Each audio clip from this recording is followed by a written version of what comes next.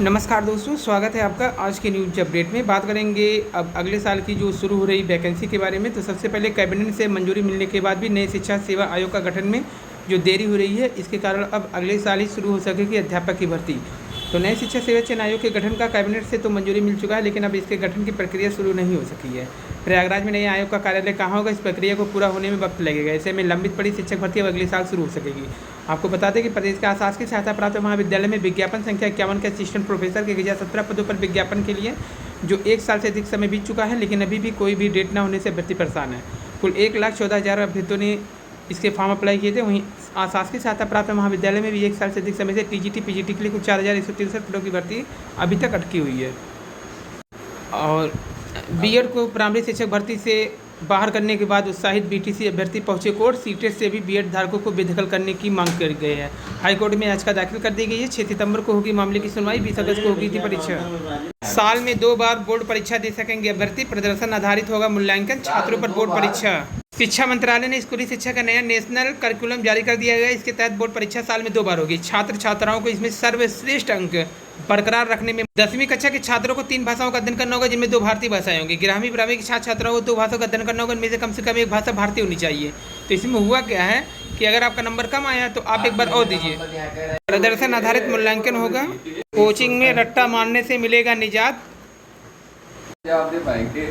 नए सिलेबस के अनुसार तैयार की जाएगी। 5वीं तक सिर्फ आकलन के आधार पर मिलेगा ग्रेड। दक्षिणी ध्रुव पर उतरने वाला पहला देश बना भारत। पानी की खोज से आगे बढ़ेगी चंद्रयान की कहानी। चांद पर पहुंचने वाला भारत 3 देशों के बाद चौथा देश, लेकिन साउथ पोल पर उतरने वाला पहला देश। अंतरिक्ष में भारत की मजबूत धमक के साथ अंतरिक्ष में बढ़ेगा भारत का दबदबा। हॉलीवुड फिल्म से भी कम खर्च में मिशन हुआ पूरा। अब सुनिए, चंद्रयान नाम किसने दिया था? वाजपेयी ने दिया था। अभियान की सफलता का फायदा दुनिया को मिलेगा। चांद पे जाने का मकसद धरती को सुंदर बनाना है। इसके अलावा आपको ये भी बता दें, मल्लिका साराभाई जो कि पद्म भूषण से सम्मानित है, प्रख्यात नृत्यांगना और भारतीय अंतरिक्ष कार्यक्रम के संस्थापक विक्रम साराभाई की बेटी हैं। उन्होंने कहा, चंद्रयान के चांद पे पहुंचने की बेहद खुशी है। इस पलों में हजारों आंखें नम भी हो गई है। आज याद आ रही है पिता की। भारतीय अंतरिक्ष कार्यक्रम के पितामह थे विक्रम साराभाई। कैम्ब्रिज यूनिवर्सिटी से उच्च शिक्षा की पढ़ाई पूरी करने के बाद 1940 में वे भारत आए थे। इसके बाद भारत का जो आयुर्वेदिक विज्ञान संस्थान बेंगलुरु में है, वहीं से सीधा इन्होंने अनुसंधान छात्र के रूप में काम किया था। चेहरा दिखा के लगेगी छात्रों और शिक्षकों की उपस्थिति। यूपी के अधिकारी सनक में कर रहे हैं गुंडा एक्ट का दुरुपयोग, हाईकोर्ट ने कहा। भर्तियों के मामले में सटीक योग्यता का विवरण दे यूपीएससी, हाईकोर्ट ने कहा है। हाईकोर्ट ने प्रवक्ता पद की भर्ती के मामले में याचिका को भी खारिज कर दिया है और सख्त टिप्पणी की है आयोग के ऊपर। Historical movement. तो सबसे पहले चंद्रयान 3 के चंद्रमा के साउथ पोल पर सफल लैंडिंग के लिए इसरो को बधाई दिए हैं बिल नेल्सन ने। नासा के चीफ है ये बिल नेल्सन। उन्होंने कहा कि चांद पर सफल सॉफ्ट लैंडिंग करने वाला चौथा देश बनने पर भारत को शुभकामनाएं। फिर दूसरा जो बधाई मिला एस सोमनाथ दिए, खुद इसरो के चेयरमैन हैं।